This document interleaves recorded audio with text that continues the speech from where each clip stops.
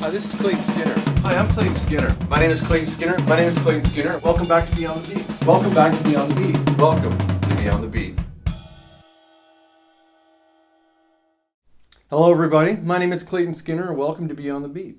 This episode is going to be part one of a series containing, well, many videos involving polyrhythms. I'm going to call it Polyrhythms 101. It's just going to basically give you a brief outline of what different polyrhythms that you can play and you can expand on. In this lesson specifically, I'm going to be doing 6/4, or as many other people refer to it as 3/2. Basically what a polyrhythm is a polyrhythm is when you play two separate rhythms at the same time. And typically they will line up at a certain point and give kind of a contrasting rhythmic feel.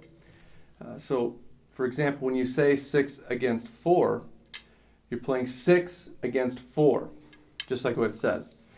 And so, to start off, you have what's referred to as a counter rhythm, which is what the 6 is going to be. And then you will have a basic pulse, which is what the 4 is going to be. So the two will play at the same time and then line up again to continue on with the pattern. I'm going to teach you what it is, how you do it, and more importantly, why you would do it. So let's get started. So what is 6/4? How do I play 6/4? Or more importantly, how do I create 6/4? Well, the answer lies in triplets, eighth note triplets. If you play a full set of eighth note triplets with the bass drum underneath, the bass drum is playing 1, 2, 3, and 4, you have 12 triplets, or you have 12 notes playing over those 4 bass drum hits. If you remove every other one, you now have 6 playing over 4. It's pretty easy.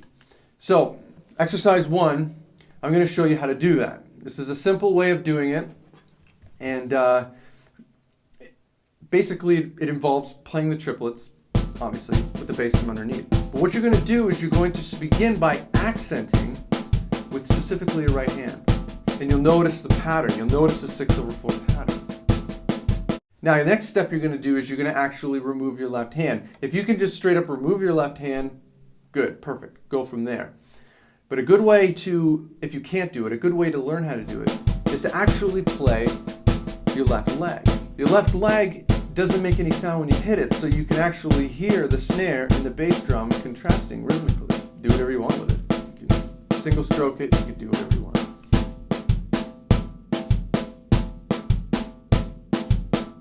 So yes, that is exercise 1 and exercise 2. So once you've removed your left hand, you are playing exercise 2. So there you go. So we created something by doing this. We created quarter note triplets. By removing every other eighth note from the eighth note triplet set, we then created quarter note triplets. Quarter note triplet is when you subdivide a half note by 3. Much like if you subdivide a quarter note by 3, you get eighth note triplets. So, it's all relative. You can do this with pretty much any note and you'll create triplets. You can divide a note by whatever you want, but that's another lesson for another day. When you're looking at number 3, you're going to see it written out as quarter note triplets. And the idea for number 3 is to actually practice playing the counter rhythm, playing the 6, over a 4 that's created specifically by a metronome. So you're not going to be playing the 4. So I want you to try that. I want you to try playing the 1, 2, 3, 4, 5, 6 over top of a basic pulse that's created by the metronome. So give that a try. So underneath number 3, you're going to see a whole bunch of R's and L's. Basically what that means is you can practice these 6, you can practice the counter rhythm over top of the basic pulse, either the metronome or your bass drum or your hi-hat or whatever. Try playing these hand patterns while maintaining the 6 feel. And this is just a way of, really, really drilling the concept into your head. The more you practice this, the more you're going to find that it creeps into everything that you do. This is probably one of the most addictive polyrhythms you can have because it's the most basic, it's the most simple.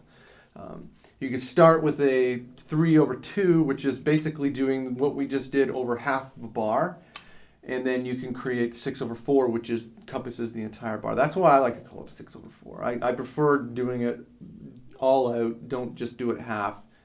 It's completely pointless. But anyway, yeah, give it a try. Play all the patterns you want, and hope you enjoyed the video. See you next time.